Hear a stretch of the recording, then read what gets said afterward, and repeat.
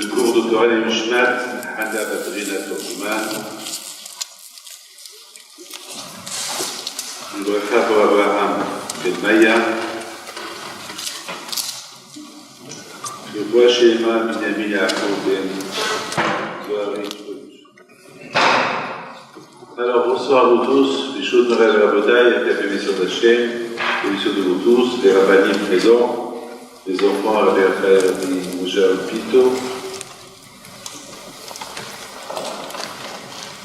Aujourd'hui, nous sommes réunis, après plusieurs mois d'absence, mais nous revoilà avec vous, on ne vous a pas oublié. Ne croyez pas que je vous ai abandonné, vous êtes toujours dans mes pensées. Vous savez que chaque semaine, on vit avec la paracha de la semaine. Alors, c'est quoi la paracha? La paracha, c'est la lecture de la Torah qu'on lit chaque Shabbat à la synagogue. Il y a ceux qui disent, il y a de nos rabbins qui disent que tous les événements de la semaine, ils sont mentionnés directement ou indirectement de la paracha de la semaine. Ça veut dire que toute la vie, depuis la création du monde jusqu'à la fin des temps, chaque semaine, elle est mentionnée dans la paracha de la semaine. Et la paracha de cette semaine, j'ai appris plusieurs choses de cette paracha. Tout d'abord, il y a une chose à apprendre, que dans la vie, il n'y a pas de garantie. Il n'y a aucun qui peut vous garantir votre judaïsme. C'est-à-dire la façon comment vous allez vivre dans les années à venir, tout dépend que de vous. On voit par exemple, dans la paracha de la semaine, il y a Yaakov et Esav qui étaient deux frères. Et on voit un qui était tzaddik, l'autre il était rachat. Yaakov était tzaddik, Esav était rachat. Et pourtant, les deux ont vécu dans la même maison. Les deux ont vu Abraham, Yitzhak, Yaakov. Vous imaginez, il y avait Rivka, il y avait Déborah. Et malgré tout, on voit que Yaakov, il a appris quelque chose de Abraham, de Yitzhak, son père, de sa mère Rivka, et Esav, qui était le même frère, et qui était, a priori, c'est la Torah la Torah, elle mentionne, elle parle des deux. C'est-à-dire que les deux, ils étaient à égalité, ils étaient pareils. Puisque la Torah ne fait pas de différence. La Torah, ils ont grandi les deux jeunes hommes, ils ont grandi. C'est plus tard, lorsque ils ont atteint l'âge de 14 ans, c'est que chacun il a pris une route, un chemin. Mais la question elle se pose, comment est-ce possible qu'il y a Esav qu'il a vécu avec des grands tzaddikim tels qu'Abraham, tels que Yitzhak, tels que Yaakov, tels que Rivka Imeno, tels que Déborah, et tous les élèves d'Abraham Avinu, qui étaient des grands tzaddikim, comment Esav il a grandi d'une manière, il était, comme les Hachamim disent, il était rachat. Et comme les prophètes disent, que Hachem le détestait. C'est dur de comprendre, de croire une telle chose. Alors comment on peut expliquer cela? Mes amis, vous avez bien compris le thème de ce soir. On vous a choisi un thème qui dit dans la vie que pour se connecter à Hachem, pour grandir dans le judaïsme, ça doit être étape par étape. Il ne faut pas sauter les étapes. Vous savez très bien que nos sages, ils nous disent quelque chose d'extraordinaire. Nos sages, ils nous disent que pourquoi Yitzhak, il aimait Esav. Esav, il venait chez son père. Il disait à son père, papa, comment on fait le maaser pour le sel? Vous savez c'est quoi le maaser? C'est-à-dire on prend 10 choses et le deuxième c'est on le donne à un choses, on le donne au village. Alors il dit à son papa, si je prends du sel, comment je peux faire le maaser au sel? C'est dur de compter 10 grains de sel. Et son père lui dit, la Bible, il lui dit, mon fils, non, tu es trop tzaddik, oh là là. Non, mon fils, pour le sel, c'est impossible. La Torah te demande uniquement de faire le ma'aser, les 10% pour quelque chose que tu peux compter. Mais quelque chose que tu ne peux pas compter, c'est pas la peine. Ah, papa, c'est bon, c'est bon. Et Yitzhak Avinu croyait que Esav était un tzaddik. À tel point qu'il était un grand tzaddik qu'il voulait faire le ma'aser, même pour le sel. Et après qu'on vient chez soi, papa, j'ai une grande question. Et la paille? Comment on fait le ma'aser pour la paille? Il dit, la paille? Quelle paille, la Pivels? Quelle paille? Il lui dit, la paille. Mon fils, la paille, c'est pas possible. On ne fait pas le ma'aser à la paille. Oh là là, tu es tzaddik. Peut-être que je vous pose une question. Est-ce que Bémet Esav, il jouait avec son père, ou vraiment, il disait la vérité à son père? Je vous pose cette question. Est-ce qu'il jouait, est-ce qu'il faisait le mal avec son père, ou bien comment? Alors moi, je peux vous dire que Bémet Esav, je vais quelque chose vous le dire. Chacun, il a une manière comme il voit la Torah. Moi, je pense personnellement que Esav, vraiment, il voulait faire le ma'aser au sel. C'est sauter toutes les étapes. Il voulait vraiment faire le ma'aser à la paille. Il voulait vraiment. Et attends, Esav, il voulait être tzaddik. Il voulait arriver à un niveau spirituel très élevé, mieux que tout le monde. Mais attends, on t'a pas demandé ça. Va étape par étape, doucement. Vous savez, mes amis, à Kippour, il y a beaucoup de gens qui font une grosse bêtise. À Kippour, ils viennent à la synagogue, ils disent Hachem, ça y est, je vais devenir un tzaddik. Hachem, pardonne-moi. Hachem, à partir de maintenant, je vais faire ceci, je vais faire cela, je vais étudier. Et à la fin, après Kippour, une fois que la chaleur de Kippour est partie, c'est fini, il va y avoir, c'est fini, c'est fini tout le chauffage, c'est des prières. L'homme à Kippour, il est très élevé, il monte de grade. Et après Kippour, il se sent, ça y est, la fête est partie, maintenant, ses pieds ils sont sur terre. Il regrette, il commence à regresser, jusqu'à qu'il tombe. À Kippour, lorsqu'on fait une teshuva, lorsqu'on veut s'approcher à Dieu, il ne faut pas trop demander, je vais être, parce que tu ne seras rien du tout. C'est pas possible que quelqu'un qui trompe sa femme, ou quelqu'un qui ne fait pas Shabbat, ou quelqu'un qui fait des bêtises, soudainement, il va dire, le jour qu'il va dire à Hachem, je vais être un tzaddik. Quelqu'un qui est coléreux, qui casse, qui frappe sa femme, ou c'est sa femme qui le frappe. Et soudainement, ils vont dire ça, c'est impossible. C'est un travail, c'est impossible, ça, c'est sauter les étapes. C'est impossible. Il faut aller doucement. Il faut promettre à Hachem, je vais faire le travail, je vais m'améliorer, je vais faire. Doucement. On t'a pas demandé à Hachem, il n'a pas demandé d'être tzaddik en un seul jour.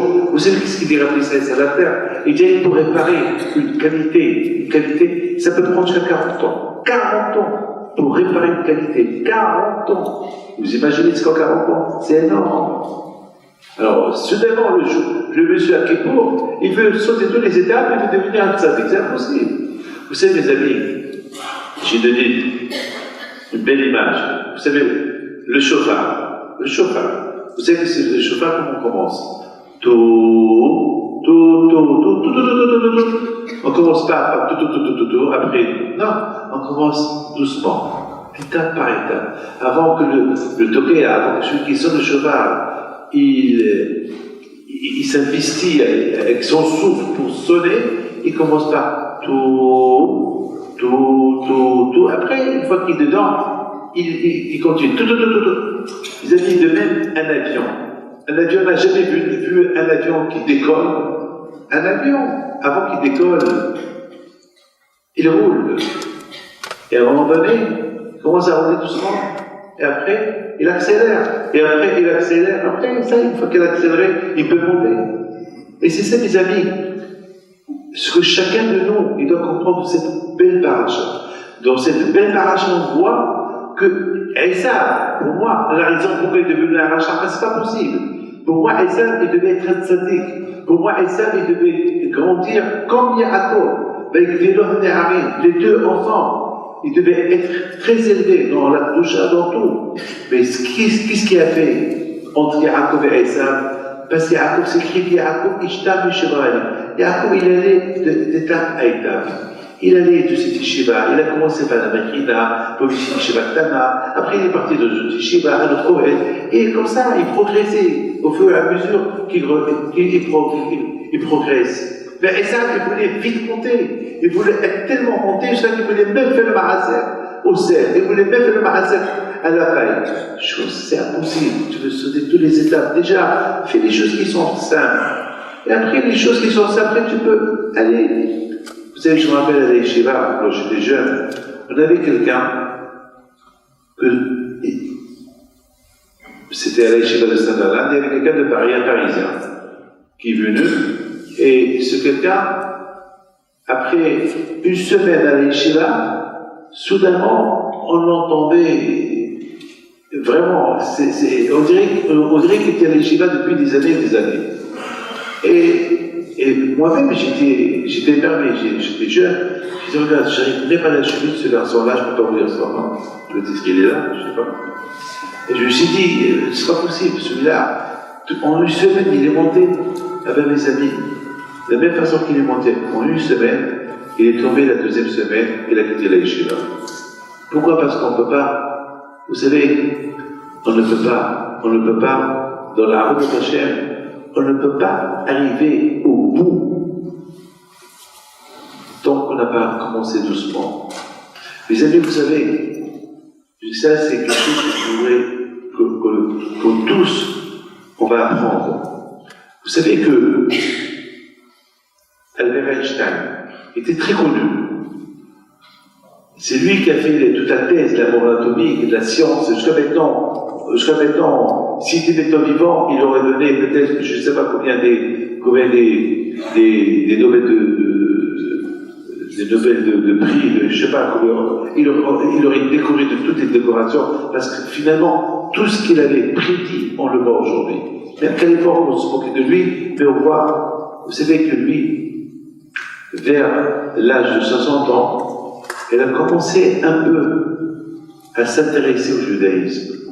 Son judaïsme.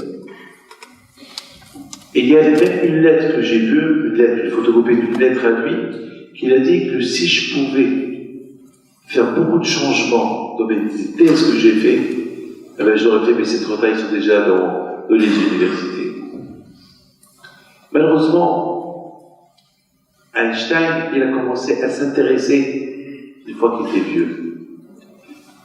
Vous savez, mes amis, je ne veux pas citer beaucoup des personnalités qui sont importantes, qu'eux aussi, ils ont commencé à s'intéresser à la religion très tard dans leur vie. Mais c'était trop tard. Pourtant, on avait quelqu'un qui a commencé à s'intéresser depuis le début, depuis l'âge de 3 ans, Abraham Avinu. Vous savez qu'Abraham Avinu, il n'est pas venu comme ça, il a commencé à dire il y a Dieu. Non, au départ, il croyait que c'était le soleil, le Dieu. Et après, il a vu la lune. Il a dit, ah, alors c'est la lune le soleil. C'est la lune quelqu'un, pas plus le soleil, et c'est lui le Dieu. Et à un moment donné, il voit aussi les étoiles, plein d'étoiles. Ah, alors c'est les étoiles qui sont tous mis contre la lune, et il l'ont abattu. Et voilà, le lendemain, il contre le soleil. Il se dit, waouh! Donc le soleil, il est blessé, et il a combattu les étoiles, et les a gagnés. Après, il voit encore la lune. Il dit non, non, c'est pas possible. Cette répétition ne plaît pas. Il a dit non. Il doit avoir un créateur qui a créé tout cela. Et c'est comme ça qu'il a commencé à vénérer Hachem. Abraham Avinu. Et c'est ça, mes amis. Dans la Haggadah, on dit nos parents, ils étaient des idolâtres, nos parents. Pourquoi ils étaient des idolâtres? Parce qu'ils ne savaient pas qu'il existait Dieu. Et c'est au fur et à mesure du temps, ils ont commencé à faire des recherches. Et Baruch Hashem, ils ont trouvé qu'il y a Hachem. Donc, grâce à Dieu, aujourd'hui, Baruch Hashem, on a l'éducation. On a nos parents, Baruch Hashem, qui nous ont fait éviter tout cela. Le pauvre Abraham Avinu, il avait un père qui était Racha, Terah. Donc, de son père, il a eu que l'idolâtrie. Mais même l'idolâtrie, Abraham Avinu, il ne croyait pas à cette idolâtrie. Parce qu'il dit, non, quoi, quelque chose qui ne bouge pas, c'est mon Dieu, c'est pas possible. Non, c'est pas possible, c'est impossible. Donc, quelque part, il a commencé à vénérer le soleil. Et au fur et à mesure, il a changé d'avis, il a dit non, il y a quelque chose de spirituel qui a créé tout cela. Ça veut dire que lui-même, il est parti étape par étape. Ça veut dire, mes amis, mettez ça dans la tête. On ne peut pas. C'est la raison, mes amis, pourquoi beaucoup des fois, on trouve beaucoup des juifs, beaucoup de nos frères, qui sont un peu désespérés, qui sont un peu, bon, un jour il faut ceci, un jour il faut cela. Parce que ils trouvent tout est dur. Alors, il faut aller doucement. Il faut aller doucement. Et c'est ça, mes amis. Beaucoup de gens, à Kippour et à Rosh Hashanah, ils veulent devenir des grandes tzadikim. Non. On dirait, je connais Olam Shahat, ils veulent acheter tout leur monde en une heure. Ça ne marche pas comme ça. Ça marche d'une autre manière. Ça marche comme un bébé. Un bébé, il ne va pas être en train de marcher, il ne va pas être en train de manger, et c'est donc qu'on lui apprend. Et ben, vous avez tous eu des bébés. Vous avez les premiers pas que votre bébé commence à marcher, il marche, il tend, il marche, il tend.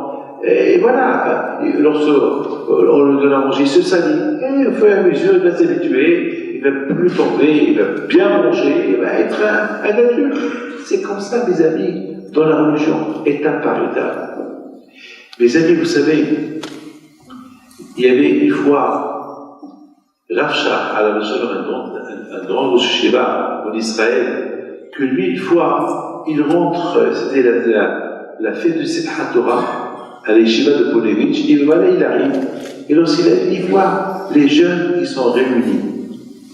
Il leur dit, vous savez pourquoi vous êtes là ce soir? Ils lui ont dit, ben, c'est Simchat Torah ce soir. Il leur a dit, venez, je vais vous dire c'est quoi. C'est quoi Simchat Torah? C'est quoi Simchat Torah? Simchat Torah, c'est quoi? Eh bien, Simchat Torah, c'est la joie de la Torah qu'on fait Simchat Torah. Mais il leur a dit, pour arriver à Simchat Torah, il faut déjà savoir c'est quoi la Torah. On ne peut pas être content de la Torah si on ne sait pas c'est quoi la Torah. Et je vous prends parole, cette année j'étais en Argentine pour Simchat Torah. Et il y avait quelqu'un qui m'a dit, Rabbi, ça ne vous dérange pas, ce soir je vais emmener mon fils à Simchat Torah. Mais lui, il est loin, il n'est pas croyant du tout, il est à l'université, vraiment, il est loin du tout. Et je ne sais pas, même lui parler, je ne sais pas ce que vous allez dire, je ne sais pas ce que vous allez lui dire, même si vous le parlez. Je lui dis, je ne vais pas lui parler. Je te promets, je ne vais pas lui parler. Parce que je sais que j'ai rien à lui dire. Qu'est-ce que je peux lui dire? Quelqu'un qui est loin de la religion, qui ne connaît même pas, qui ne la reconnaît même pas, j'ai rien à lui dire. Mais il y a une seule chose que je veux lui dire, c'est le langage du cœur. C'est tout. Et il me dit, le langage du cœur, c'est quoi le langage du cœur? Je dis, le langage du cœur, c'est le cœur qui a un langage. C'est les paroles qui sortent du cœur. Eh bien, il me dit, je ne pense pas que vos paroles qui vont sortir du cœur, ils vont faire un effet sur lui. Je dis, ça, c'est mon travail. Toi, c'est ton fils. Moi, c'est mon travail. Et entre nous, vous savez, c'est les venus. À un moment donné, on chantait. Bon, il y a eu l'Ishmat David Cohen à la Shalom, qui est décédé il y a quelques temps. Et ce David Cohen, à la Shalom, David Cohen, je me rappelle, chaque Simchat Torah, il faisait Simchat l'Yeshiva de Lyon. Et je me rappelle, lorsqu'il chantait, dans sa Teshuvah, il enlevait sa veste, il chantait, vous savez, il menait toute la Kihila, toute la communauté. On chantait d'une autre manière, parce qu'on chantait son cœur. On chantait la façon comment il chantait, comment son cœur, il sortait des paroles du cœur. Vous savez, il y a des paroles qui sortent de la bouche, il y a des paroles qui sortent du cœur, il y a des chants qui sortent de la bouche, il y a des chants qui sortent du cœur, et voilà. Les amis, le soir, la veille de Simchat Torah, lorsqu'il est arrivé le monsieur, je dansais avec tout le monde, on dansait. Mais à un moment donné, je vais vers lui et je commence à danser avec lui. C'est tout. Et je n'ai pas lâché. Du coup, il a commencé à danser avec moi. Et après, il ne voulait plus s'arrêter. Au départ, difficilement, il est venu vers moi. Moi aussi, je n'étais pas sauvage avec lui. Doucement, j'étais avec lui, avec un grand sourire. Mais tout ce que je peux vous dire, c'est qu'après, il ne voulait plus partir. Il ne voulait plus partir.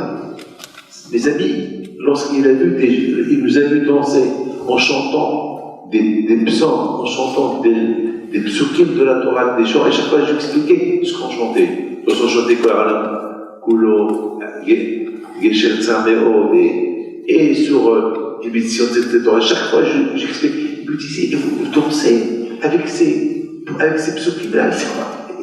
Ben, on danse pour la Torah. Mes amis, aujourd'hui, il m'a étudié.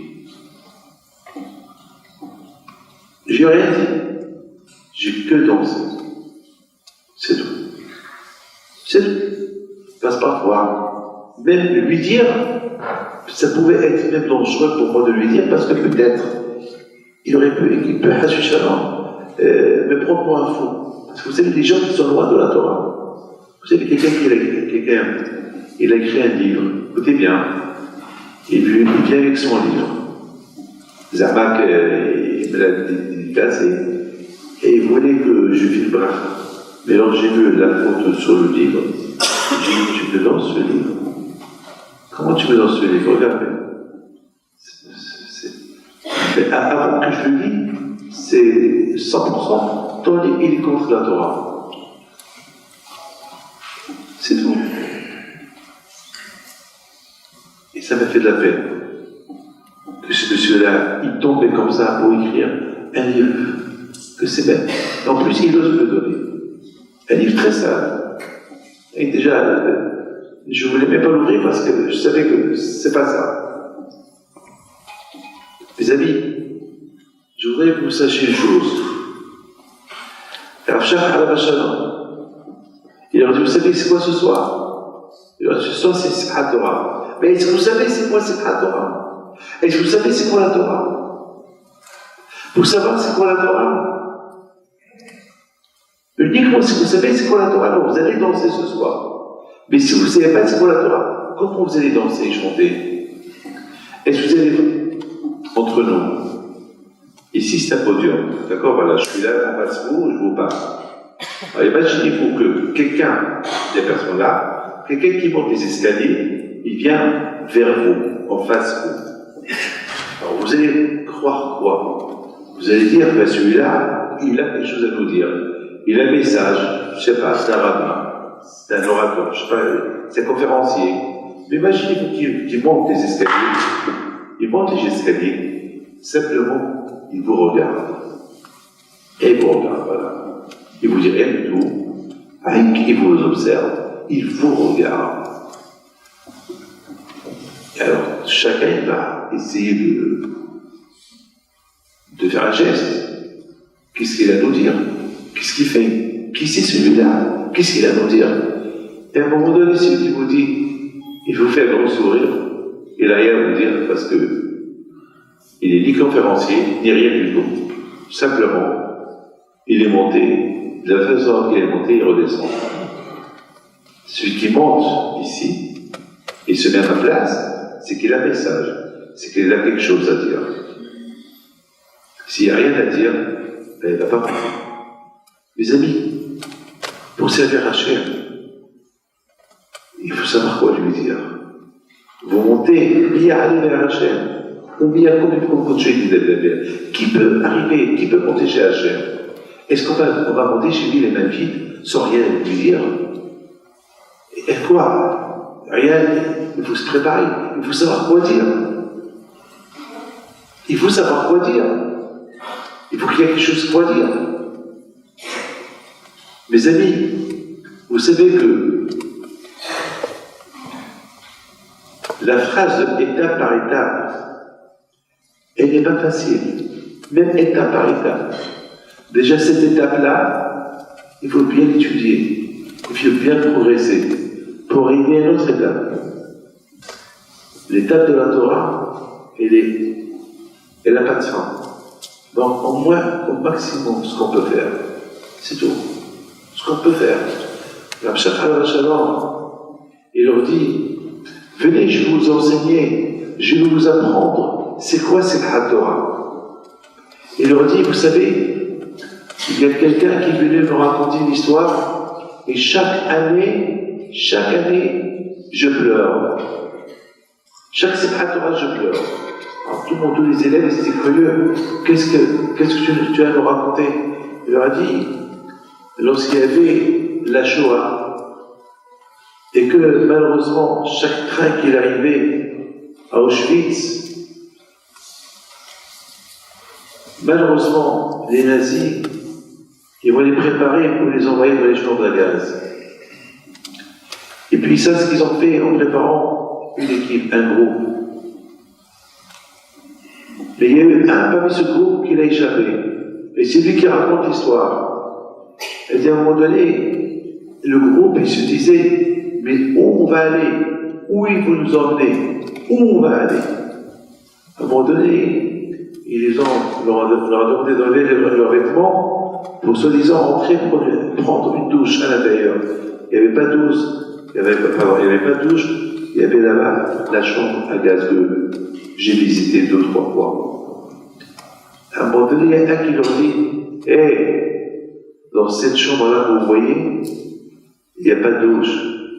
C'est la chambre des morts. C'est là-bas qu'on va terminer notre marche. Vous savez ce que c'est aujourd'hui? Aujourd'hui, c'est Simchat Torah. On va chanter et on va danser. C'est Simchat Torah. Et du coup, tout le monde a commencé à chanter et à danser. Les Allemands, ils ont pris moi pour des fous. Pour des fous. Et c'est comme ça que tout ce groupe de juifs sont rentrés dans la chambre à gaz. On entendait Shema Israël et on entendait des gens qui chantaient Kimitzion, des gens qui chantaient Ataveh Hadanu, verset Hachem qui nous a choisis de toutes les nations, la folie. L'Amshach il s'arrête et il dit, comment on peut imaginer des gens qu'on les prend dans les chambres à gaz, ils chantent à l'intérieur, ils chantent avant qu'ils rentrent. Ils vont commencer à chanter même Shema Israël en chantant. Et l'Amshach il leur a dit, parce que ces gens-là, ils ont étudié la Torah. Ces gens, ils ont une Torah. Parce que si vous n'avez pas une Torah, il ne faut pas chanter comme ça à cette Torah à l'intérieur de ces chambres-là. Ils ont arrivé au Shalom, ils ont un Dieu. Mais comment arriver à être comme ça? Vous voyez qu'on peut arriver, nous, à être comme ces gens-là à Auschwitz. C'est dur. On ne peut même pas imaginer qu'on peut réagir de cette manière. Eh bien, mes amis, la parole qu'a dit Rav Shach est super, extraordinaire. Il a dit, c'est parce qu'ils ont la Torah. Et pour dire qu'ils ont la Torah, c'est qu'ils ont étudié. Je voudrais simplement vous dire une chose. Vous savez que Abraham Avinu, il a passé beaucoup des épreuves. Des épreuves qu'on ne peut même pas imaginer. Des épreuves dures. Ben, c'est, beaucoup de fois, c'est des temps, on dit beaucoup sur Abraham, et Jacob, et chaque fois, en lisant les épreuves d'Abraham. Pourquoi Abraham Avinu, il arrive à surmonter toutes ces grandes épreuves, de sacrifier son fils, de voir sa femme prise 2 fois, 10 épreuves énormes. Toute une vie d'Abraham Avinu, c'était que des épreuves.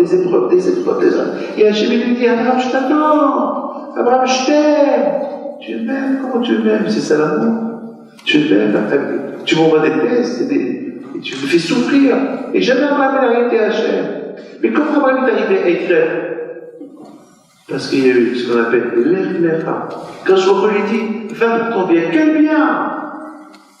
Si je dis à quelqu'un rempli à l'auto, tu gagnes 1 milliard, ah oui, et je lui dis voilà, il va être heureux et content. Mais tu m'envoies des épreuves, et tu me dis ça c'est pour ton bien. Ben, mes amis, Avant Rabbi Shalom, quand je viens de vous dire, il n'est pas arrivé comme ça. Un grand tzaddik comme ça, il est arrivé avec un moyen, avec des moyens il n'a pas sauté les étapes. Doucement, doucement. L'Echa, il va, il continue, et il continue. Et c'est comme ça, mes amis, c'est ça l'idée. L'idée, mes amis, c'est l'idée pour progresser. Être arrivé comme ces juifs là de Schmitz, jamais. Mais au moins, comment on va arriver à la chapelle, à la porte de la chapelle, c'est tout, à pied. C'est tout. Mes amis, ne croyez pas que c'est être avec Pito, vous croyez que c'est facile. Non. Mais pour Rabbi Pito, c'est facile. Pourquoi? Parce que Rabbi Pito, depuis qu'il était petit, c'était l'éducation que ses parents lui ont donnée. Voilà, mes amis, vous, mesdames et messieurs, comment votre fils, depuis qu'il est jeune, vous avez inculqué l'amour du ciel, l'amour de la chair, l'amour de la Torah en lui. C'est pas lorsque vous allez vous asseoir en face d'une télévision. Et c'est pas toute la journée avec les téléphones et le soir à la maison avec les téléphones. Et les enfants, qui va s'occuper d'eux? Ou c'est leur prendre un téléphone. Et c'est là, pas de chenille. Voilà. C'est tout. Mais c'est pas comme ça. C'est pas comme ça. Et après, lorsque vous voyez que l'enfant, il sort derrière le chemin, vous allez commencer à pleurer. Mes amis, de la même façon que Rabbi Pito a été éduqué, étape par étape, je voudrais vous raconter une petite histoire que j'ai vécue cette semaine. Il y a quelqu'un qui vient chez moi. Vous savez, cette semaine, j'ai vu un peu sur le moteur Concorde. Vous savez, moi, j'adore tout ce qui est avion. J'ai toujours dit, si j'étais parrain, j'aurais été pilote. J'adore, je sais pas, toujours je dis, lorsque je vois ces gros avions qui survolent, je dis, il parle pour mais comment ça a commencé les avions? Aussi l'histoire des avions, ça a commencé par des petits avions en bois. Il y avait des avions avec de la ficelle. Avec de la ficelle, il y avait même des avions comme les oiseaux. Ils ont pris exemple sur les oiseaux, comment les ailes, etc. Et l'avion, ils ont développé. Je crois qu'aujourd'hui, vous voyez les Concorde, vous voyez les Boeing, vous voyez tous les Dreamliner, vous voyez les fusées, vous avez des choses inimaginables. Mais tout a commencé doucement. Rappelez-vous, à l'époque, comment ils étaient les portables. Moi, je rappelle que quelqu'un m'avait acheté un portable de l'époque, il pesait 30 kilos. Un portable qui pesait. Je devais le prendre comme ça, avec mes mains. Et aujourd'hui, les portables sont petits. Mes amis, j'étais en train de lire sur le moteur de Concorde. Et c'est la folie. Je vous en parle, c'est la folie. C'est la folie, comment la technique, la format qu'il y a dans ces moteurs-là, vous n'avez pas réalisé, écoutez bien ça, qu'à notre époque, on avance sur toutes les lignes. On avance, jamais on a vu la cache-route comme à notre époque. On n'a jamais vu autant d'écoles juives dans le monde entier comme à notre époque. On n'a jamais vu autant de Torah depuis la création du monde comme à notre époque. On dirait que notre époque, on est gâté et en matériel et en spirituel. On a de tout. Même au niveau technologique, il y a de tout. Je pense qu'un jour, on a même les péages aujourd'hui, il n'y a plus personne, c'est tout à la machine, tout. Aujourd'hui, vous savez qu'en Amérique, même en Israël, ils sont en train de faire des expériences sur des robots qui vont s'occuper des vieux, des robots qui vont te servir à manger dans le restaurant. Un robot avec qui tu vas discuter, parce qu'il y a beaucoup de vieilles, vous savez, les femmes, elles aiment trop parler, et il n'y a personne avec qui parler. Le mari est mort, la belle, les personnes. Maintenant, qui va parler avec eux? Il va y avoir un robot. Et un robot, il lit ta pensée, et tu poses des questions, et lui il te répond. Et voilà, un jour, on va commencer à discuter avec le robot. Voilà. Préparez. Les amis, on voit aujourd'hui la technique qu'elle avance dans les avions, les voitures à moteur, de tout. On est même en train d'imaginer qui fait ça d'intérieur. Vous savez, quelqu'un qui habite en Australie et qui peut venir, je ne sais pas, en quelques secondes ici en France. Hier, mes amis, vous n'osez pas poser la question, pourquoi avec un téléphone, il y a tout avance vite, tout avance. Vous savez ce que je sais, je ne peux même pas vous dire ce que je sais, parce qu'il y a beaucoup de gens qui viennent me consulter, des applications qu'ils veulent faire. Mais aujourd'hui, au niveau application, vous ne pouvez même pas imaginer les idées que les gens ont aujourd'hui. D'ailleurs, même, c'est la folie. Pourquoi tout ça au XXe siècle? Pourquoi? C'est pourquoi? Parce que Mashiach n'est pas loin. Mettez ça dans la tête. On n'est pas loin. Et lorsque Mashiach va venir, tout va changer. Beaucoup de choses vont changer. Donc, quelque part, quand je nous prépare déjà, de maintenant, il nous prépare. Quelque part, quand je il nous prépare. Parce que là, tout va changer lorsque Mashiach va venir. N'oubliez pas une chose, le prophète, il dit que lorsque Mashiach va venir, tout le monde va venir passer Shabbat à Yerushalayim. Alors, ceux qui habitent en France, alors ceux qui habitent en Amérique, ceux qui habitent en Australie, comment il va venir chercher Shabbat à Yerushalayim? Comment il va faire? Donc, il y a des choses, donc il faut une technique, il y a des choses qui s'inventent des méthodes, et le reste, c'est Mashiach qui va finir. Écoutez très bien, donc aujourd'hui, on voit la technique, comment elle avance. Mais tout a commencé doucement. Avant, il n'y avait rien, et de rien, il y a quelque chose aujourd'hui, et ça avance, tout avance. Mes amis, j'étais en train de lire sur Concorde, et je conseillais comment ils fabriquent, avant qu'ils mangent, avant qu'ils s'envolent, comment ça fonctionne. C'était dans l'avion, j'ai lu, point final, c'est fini. Mes amis, cette semaine, en France, la semaine dernière, il y a un monsieur qui vient chez moi. Il me dit, vous êtes Rabbi David Pinto? Je dis, oui. Vous avez attendu pendant 3 heures pour me dire, je suis. Bon, peut-être qu'il était tellement, parce qu'il était un peu perturbé par rapport à la question qu'il m'a posée. Il me dit, j'ai peur de vous poser une question. Je ne sais pas comment vous allez la prendre. Je lui dis, écoutez, j'ai l'habitude d'entendre des questions. Dis, je t'écoute. Mais elle ne va pas vous plaire parce que vous êtes rabbin. Et je vais vous enfoncer. Je lui dis, je suis déjà enfoncé avec pas. Je dis, vous savez, je ne suis pas croyant. Je lui dis, ça se voit. Ça se voit, tu es froid. Tu es froid, la façon dont tu parles, tu es froid. Oui. Alors, vous pouvez me dire, où est Dieu? Je lui dis, elle a dit, moi, je lui dis quoi? Vous croyez bon, il y a un monde faux qui est en dehors. Vous croyez qu'en 2 minutes, je vais te mettre Dieu sur un plateau? Comme ça.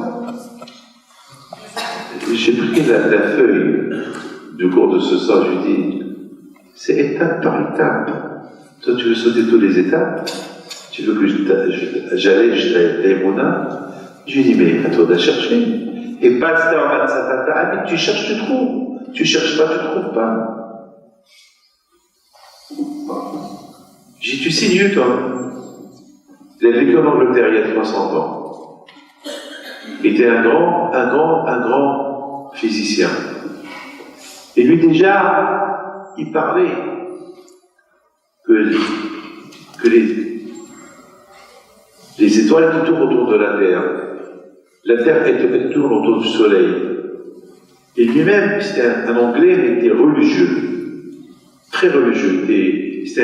Jusqu'aujourd'hui, dans les universités du monde entier, on parle de ces techniques, on parle de tous ces chitos, ces études scientifiques. Même Einstein, il s'est beaucoup basé sur lui. Il était un grand croyant. Toute sa ses méthodes, ses études, ils étaient basés plus ou moins sur la religion, mais il n'a jamais mentionné la religion, parce que s'il aurait mentionné la religion, ils n'allaient pas accepter ces méthodes. Donc, il était comme incognito. C'est à sa mort qu'ils ont découvert qu'il avait des livres, parce qu'il n'était pas marié, il n'avait pas d'enfants. Ils ont découvert qu'à la maison, il avait beaucoup de livres de Torah, etc. Mais c'est trop tard. Ses études étaient déjà lancées partout dans le monde. Il n'y a pas un qui n'a pas fait de recherche. Toi, comme ça, tu veux que je te mette, tu seras tout ça. Je dis, tu sais, j'étais en train de l'écouter, mais là vous allez écouter. Vous m'écoutez. Je dis, tu sais, j'étais en train de lire un livre sur Concorde.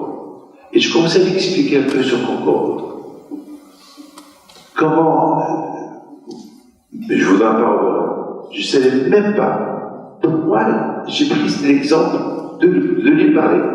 Comment le moteur Concorde, comment il fonctionne, comment il décolle, comment il atterrit. Et je voulais même lui expliquer comment l'incident qui s'est arrivé ici avec Concorde à Charles de Gaulle, qui est tombé avec là-bas 170 morts. Je voulais même lui expliquer. Et je vois le visage du monsieur, écoutez, il commence à changer. Il était mal. À un moment donné, je croyais qu'il allait s'évanouir. Je lui ai dit, ça va? Il me dit, ça va. Continuez. Pourquoi vous parlez de Concorde? Je dis, parce que je voulais vous dire que celui qui a inventé ce moteur de Concorde, combien, pour qu'il invente ce moteur, combien il n'est pas arrivé en une minute pour inventer ce moteur de Concorde. Ça a été beaucoup des études. Il a lu sur l'espace, il a dû lire comment ça fonctionne, l'air, comment les ailes fonctionnent. Tu crois que c'est j'ai dit de même. Pour arriver à connaître la chaîne, c'est étape par étape. Et à un moment donné, le monsieur me dit, mais pourquoi vous parlez de Concorde? Je dis, parce que je voulais te montrer une image. Il dit, vous savez que celui qui a inventé le moteur de Concorde, c'était mon grand-père. Je suis ton grand-père? Il dit, oui, c'était mon grand-père. Alors je dis, ben c'est bien. Alors, j'ai une question sur ton grand-père. C'est un juif alors? Il dit, oui. Je dis, alors je pose une question. Comment est-ce possible? Est-ce qu'il était croyant? Il me dit, non, il n'était pas croyant. Alors j'ai une question sur lui. Pourquoi les mêmes recherches qu'il a fait scientifiquement sur le moteur, comment décoller un avion pour monter 20 000 jusqu'à 25 000 mètres de hauteur, jusqu'à qu'il peut passer Mach 2, comment est-ce possible que ce monsieur-là, il n'a pas fait de recherche pour découvrir Dieu? Ben ça, c'est ce qu'il a hérité. Alors si Hachem peut-être, il a fait que je lis cette histoire-là sur Concorde, parce que je savais que j'allais te voir. Alors maintenant, ne fais pas comme ton grand-père. Cherche.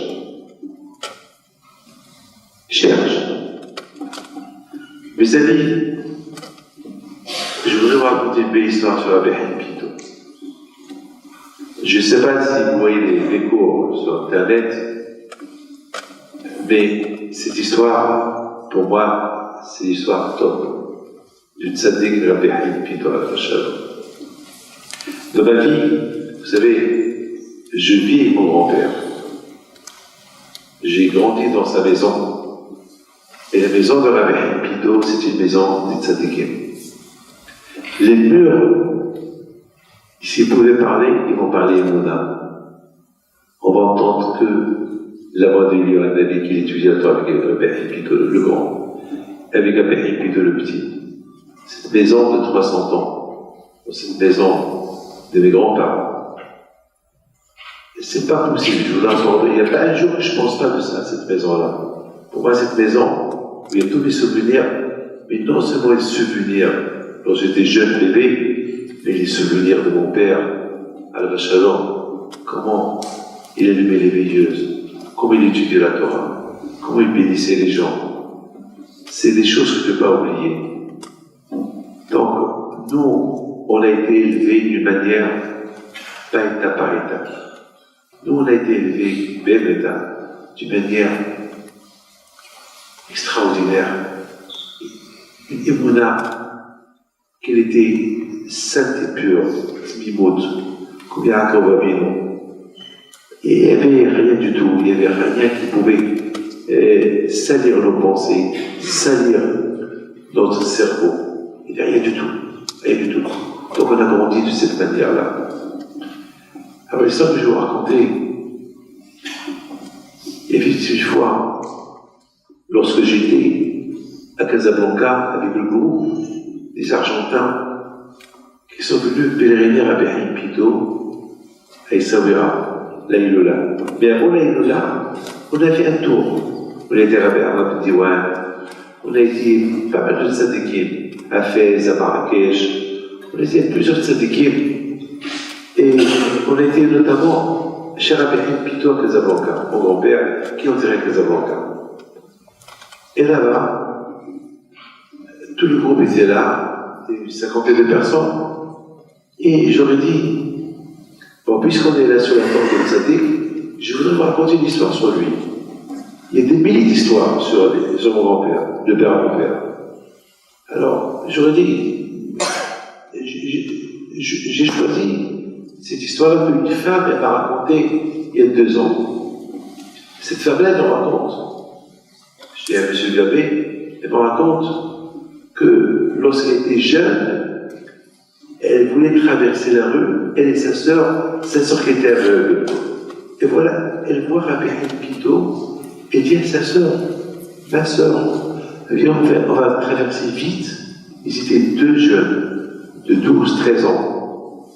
Il y a Rabbi Pito, on va lui embrasser les mains, il va nous faire une bracha. Et je vais lui dire que tu es aveugle. Il va te faire une bracha pour que tu vois. Regardez cette émotion que vous avez avant les gens. Aujourd'hui, celui qui est aveugle, il reste aveugle. Il reste aveugle. Et celui qui a mal aux yeux, celui-là, la bouteille. Et l'émouna qu'il avait, cet enfant-là. Tu on va traverser la rue, on va aller chez Rabbi Pito, il va te faire une bracha pour que tu vois. Quelle émouna, quelle foi. Eh bien, c'est ce qu'ils ont fait. Ils arrivent chez Rabbi Pito.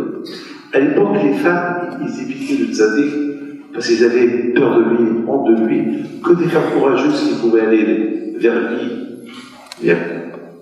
Au Géla, c'était des hommes, mais les femmes courageuses, ils allaient chez Rabbi Pito. Jamais, à ce Shalom, il va leur refuser sa bénédiction. Il était au pénal à tout le monde, c'était un tzaddik. Et dit Rabbi Pito, la femme me raconte, et j'ai demandé à votre grand-père qu'il me bénisse et qu'il me bénisse ma sœur qu'elle ne voit pas. Et j'étais en train de raconter cette histoire sur la tombe de Rabbi Pito en anglais. Parce que la plupart des gens, ils parlaient que l'anglais. Donc je parlais en anglais. Et Rabbi Pito, il me dit, quoi, ta sœur, elle ne voit pas? On dirait qu'elle voit. Si ils sont ouverts, mais Rabbi, ils sont ouverts, mais ils sont sombres. Elle ne voit pas. Elle est aveugle. Elle est aveugle. Elle a ta chair. Demain, elle va commencer à voir. C'est ça les tzadikim. Vous croyez que Rabbi Pito, pour qu'il soit ce qu'il était, c'est venu comme ça? Ben, je ne dirais pas étape par étape, mais chacun, comment il explique son étape par étape. Mais je m'excuse, je répète, le mot étape par étape, mais dans le roi David Pito, aussi c'est étape par étape. Mais selon mes forces, selon ce que Hachem calcule, combien c'est mon étape par étape. Celui qui est loin, il a son étape par étape. Hachem, il calcule les étapes par étape que chacun peut fournir. C'est pas Zerma qu'on va dire, là, étape par étape, Dieu pour porter comme un bébé, et tu as 50 ans. L'étape par étape, c'est pas l'étape d'un bébé, c'est l'étape de quelqu'un qui a 50 ans. Rabbi Pito, il voit cette petite, il lui dit, demain tu vas voir. Bon, le lendemain, la femme nous raconte, le lendemain il s'est passé un événement extraordinaire. Il s'est passé que La fille aveugle, elle dit à sa mère, maman, il y a un chat qui vient de rentrer à la maison. Sa mère, elle dit, tais-toi. Maman, il y a un chat, t'es aveugle, tu es aveugle. Qu'est-ce que tu me racontes? Maman, il y a un chat. Alors, la petite, elle me raconte. Elle dit, ma mère, elle se tourne, elle voit le chat. Il dit à sa fille, ma fille, tu vois? Alors la bénédiction de la Pito, elle a été réalisée, quoi tu vois? Alors je me rappelle, il y a 2 ans, j'avais demandé à cette femme, et ta soeur est toujours vivante? Mais elle dit non, elle vient de partir cette année, mais elle est restée vivante jusqu'à cette année, et s'est mariée, et elle a eu 8 enfants. En fait, ça, c'est l'histoire que je racontais. Parce que cette femme, je nous a raconté il y a à peu près 2 ans. Et puis je la racontais en anglais. Je raconte l'histoire du chat. Et soudainement, vous savez, sur la tombe de la mère Pito, à Casablanca, il y a un arbre, un olivier, que ses branches couvrent un peu la tombe de la mère Pito. Et soudainement, en parlant, on voit un très beau chat. Ça a choqué tout le monde. Toute une millier d'histoires sur la mère Pito. Il a choisi que ces histoires du chat à raconter. Maintenant, ça a fait un peu, tout le monde était heureux, content. Alors tout le monde, on commençait à chanter, ah ouais, et ça chantait, on allumait les veilleuses, beaucoup de bougies, ça a fait un grand feu, et beaucoup de rachat, de fumée, et le chat ne bouge pas. Ça crie, et le chat ne bouge pas. Il est assis, très beau. Avec ses pattes, ils étaient l'un sur l'autre. Il nous regarde, il nous observe. Dire, quelque part, Rabbi Pito, il a voulu nous envoyer un message. L'histoire du chat, elle est vraie. Enfin, c'est dur de croire à cette histoire. Alors, il y a eu là-bas quelqu'un, je vous en prie, c'est pas fini, écoutez. Il y a eu quelqu'un, il y a eu 2 personnes, ils ont dit, avec ce qu'on a vu maintenant, on va faire une grande île-là de Rabbi Pito, de Casablanca, à Arlana. Le jour, c'est le 15 Heshvan. Alors je lui ai dit, fais-la. Je vais la faire, fais-la. Les mecs, on n'a jamais fait une grande île-là. Lui, là où il y avait 500 personnes, jamais de Rabbi Pito à Qatar. Jamais. On fait toujours la grande île-là de Rabbi Pito. Le grand Issaouira, mais pas de mon grand-père. On fait toujours ces deux. Le grand-père de mon grand-père, mais pas ça. Et ces 2-là, ils ont décidé de la faire. Alors, on m'appelle, samedi soir, avant que je vais à la salle. On me dit, Rabbi David, dès que tu arrives, il y a une grande surprise qui t'attend. Je dis quoi? Une grande surprise qui t'attend. On ne va pas te dire. Alors, j'ai appelé quelqu'un pour qu'il me dise la surprise. Et ce quelqu'un, il était à côté de celui qui m'a dit une grande surprise. Lui, il m'a dit, Rabbi David, lorsque tu viens, tu verras moi-même. J'arrive à la salle. À l'entrée de la salle, il y avait un beau chat marron, assis, qui ne bouge pas. Et c'était la Iloula de Rabbi Pito Kata, celui, ma page, identique, le même chat. Si c'est lui qui lui dit ça, de Casablanca. Je ne sais pas comment il veut, mais accompagné. Hachem, parfois, il nous envoie des messages. Aujourd'hui, Hachem, il ne parle pas. On n'a pas des prophètes aujourd'hui qui vont nous parler. Il n'y a pas. Alors, comment Hachem nous parle? Il nous parle à travers des messages. À travers des messages. On voit des choses et à nous de comprendre. Et lorsqu'on a terminé la Iloula, tout le monde sort. Le chat, il ne bouge pas. Ils ont essayé par tous les moyens, il ne veut pas bouger ce que je lui ai dit. Apportez-lui à manger. Et là, une fois qu'il a mangé, il veut goûter la zéroda peut-être. Donnez-lui à manger. Mes amis, chacun de nous, Baruch Hashem, s'il est là ce soir, c'est qu'il y a quelque chose en nous qui nous réunit. Chacun, il a l'émouna, chacun il a la foi, chacun selon l'émouna qu'il a. Chacun son étape par étape, comment il est traduit, comment il est compris chez lui. Les amis, ne croyez pas que moi, David Pinto, mon étape par étape, il est facile.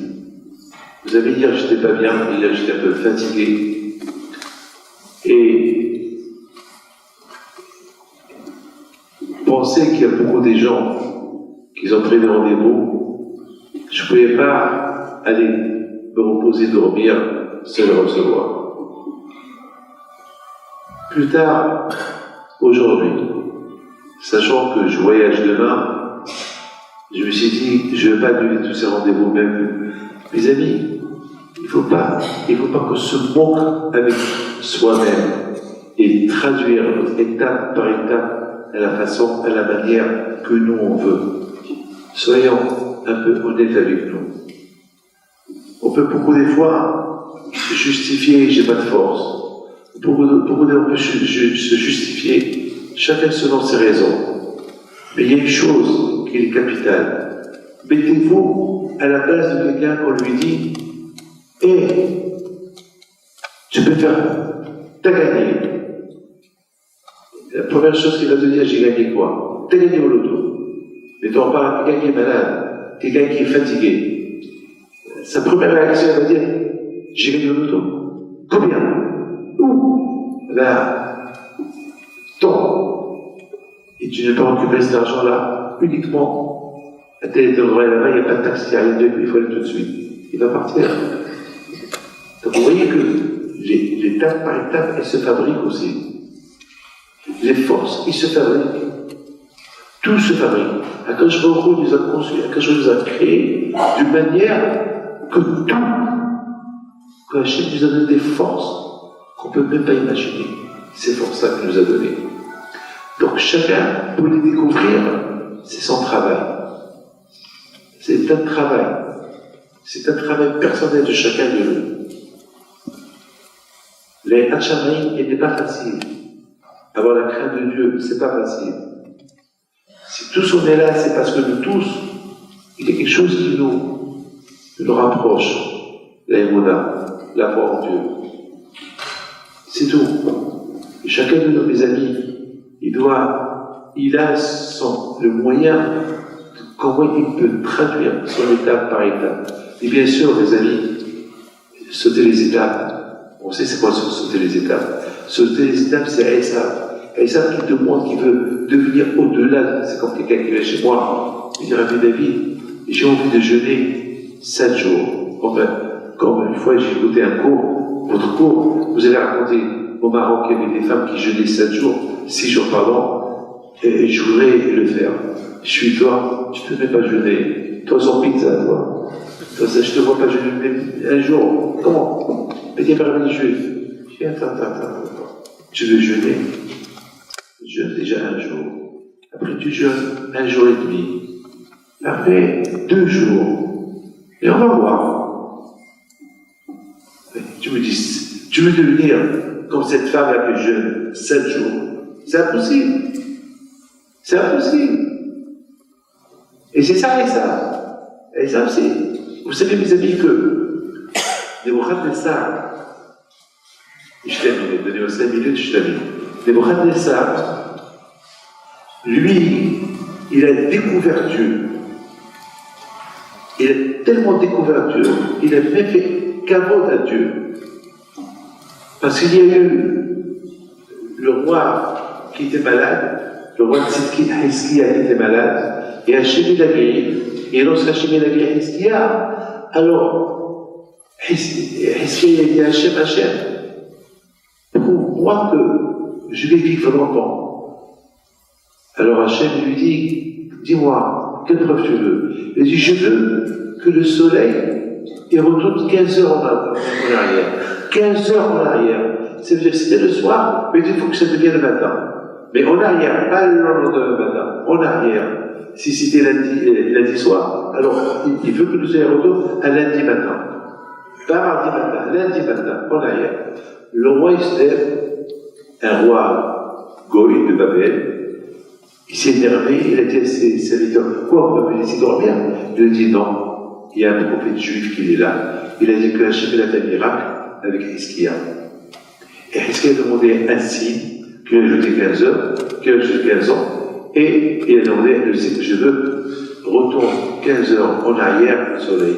Eh bien, maintenant, on est majesté, on est lundi matin, on n'est pas lundi soir. Waouh! Alors, on va écrire une lettre à ce roi, on va lui dire Hazar, on va lui dire Shalom, on va dire à son Dieu Shalom, et on va dire à un peuple juif Shalom. Il appelle l'écrivain, il écrit au nom du roi de Babel, à Hiskia, Shalom, au peuple d'Israël, Shalom, et à votre Dieu, Shalom. Il y a eu là-bas un roi, il y a eu là-bas un écrivain qui s'appelle Nebuchadnezzar, Nabuchodonosor, celui qui a détruit le Beth-Amikdash. Il était jeune, il était un servant. Il réfléchit. Le roi il prend la lettre, il a donné un messager pour qu'il apprenne en Israël, et Nabuchodonosor, il fait 3 pas, il arrête le messager, il lui donne la lettre. Donne la lettre. Le roi lui dit, qu'est-ce que tu fais? T'es condamné à mort. Qu'est-ce que tu fais là? Il dit, Majesté, si tu veux me tuer, tue-moi. Mais c'est pas logique. C'est Dieu qui a fait le miracle. Alors, dans la lettre, tu as écrit, tu as commencé par le roi, après le peuple juif, après Dieu. Non, il faut commencer par Dieu, le peuple juif et le roi. Ah, t'as raison. Hazak. Quand je vois qu'il a donné une récompense, un Nebuchadnezzar, la récompense qu'il a donnée, 3 générations de royaumes sur le monde entier. Pour ce kavod qu'il a fait, Nebuchadnezzar à Hachem. Mes amis, je vous pose une question. D'où Nebuchadnezzar? Dites-moi, mais d'où Nebuchadnezzar il a eu cette audace de risquer sa vie, d'arrêter le messager, prendre la lettre et réparer la lettre? Mais il aurait pu être tué. Mais attends, est-ce qu'il a étudié les Shiva? Je comprends un rabbin qui fait ça. Je comprends un juif qui fait. Mais un non-juif, il n'a pas étudié à la Shiva. Il était même idolâtre. Comment il est arrivé à ce niveau-là de risquer sa vie, de réparer la lettre? Mais ça t'en fout. Si tu gagnes dans l'affaire, tu mets ta vie en danger en plus. Et si le roi va s'énerver sur toi, et si le roi croit que Hiskia est plus que Dieu, toi tu peux changer les choses. Les amis, il faut savoir une chose. Si maintenant, aujourd'hui, cet événement il se passe aujourd'hui, si maintenant, à cet instant que je vous parle, on va voir un événement qui va se passer, il va faire jour. Alors que maintenant la nuit vient de commencer, vous savez ce qui va se passer? Les scientifiques vont dire, c'est une planète qui a traversé, c'est le soleil. Ils vont essayer de trouver des réponses, vous avez compris, des réponses scientifiques. Chacun réponse à Micréo, c'est un hasard. Ouais, chacun commence à dire n'importe quoi. Nebuchadnezzar n'a pas dit n'importe quoi. Elle dit, ça c'est Dieu, ça. Ça c'est Dieu. Et c'est la raison pourquoi je lui donne la récompense. Mais Nebuchadnezzar, j'ai une question sur le Nebuchadnezzar. D'où il est arrivé à ce niveau-là? D'où il est arrivé? D'où, mes amis? On peut arriver à la émouna en Dieu en une seconde. Mais ne perds pas cette seconde. Après, tu vas étape par étape. C'est tout. En une seconde, tu peux arriver à croire en Hachem. Beaucoup des fois, je vois des choses, des miracles. Je dis, Hachem, tu es super. Quand je vois tu es extraordinaire. Mais David, accroche-toi à ce que tu as vu et continue étape par étape selon tes forces. Et Nebuchadnezzar, si Hachem lui a donné une récompense de 3 générations de royaumes sur le monde entier, lui, son fils, son petit-fils, c'est parce que Nebuchadnezzar, il a utilisé cette seconde-là de sa vie à donner des éloges à Hachem. Et après, malheureusement, pourquoi il n'a pas continué? Parce qu'il n'a pas développé sa émona plus tard. Beaucoup des fois, quand je voudrais nous montrer quelque chose, à nous de développer. Mais beaucoup des fois, ça arrive, il nous montre des choses qu'on ne développe pas. Si on ne développe pas, on perd le bénéfice de tout. Mais vous avez compris, Nebuchadnezzar, il arrive à un sommet spectaculaire, mais il n'y a pas eu de suite. Les amis, je vous demande à vous tous de se lever. Je vous bénis par le mérite de la paix Pito, de la paix de Shvaoku, que le bon Dieu vous protège et vous donne la santé, la joie, la prospérité, la paix de Shvaoku qui vous donne un bon mazal pour les jeunes filles et les jeunes hommes qui ne sont pas mariés, et ceux qui n'ont pas d'enfants, que je me donne des enfants en génération, que Hachem, il vous donne une bonne balance à la génération, et que la Shvaoku, Be'ezat Hachem, pour vous tous, pour voir Mashiach, Tzidkenu, Yemera Bialenu, Amesela, et Be'ezat Hachem, sachez une chose, que là où vous êtes, mettez ça bien dans la tête, là où vous êtes, il y a Hachem avec vous, mettez ça dans la tête, là où vous êtes, et cette connaissance de Hachem est avec vous, ça a développé au fur et à mesure, bien à développer. Shema Israël Adonai Eloheinu Adonai Echad. Adonai Melech, Adonai Malach, Adonai Yimlok Le'olam Va'ed. Adonai Melech, Adonai Malach, Adonai Yimlok Le'olam Va'ed.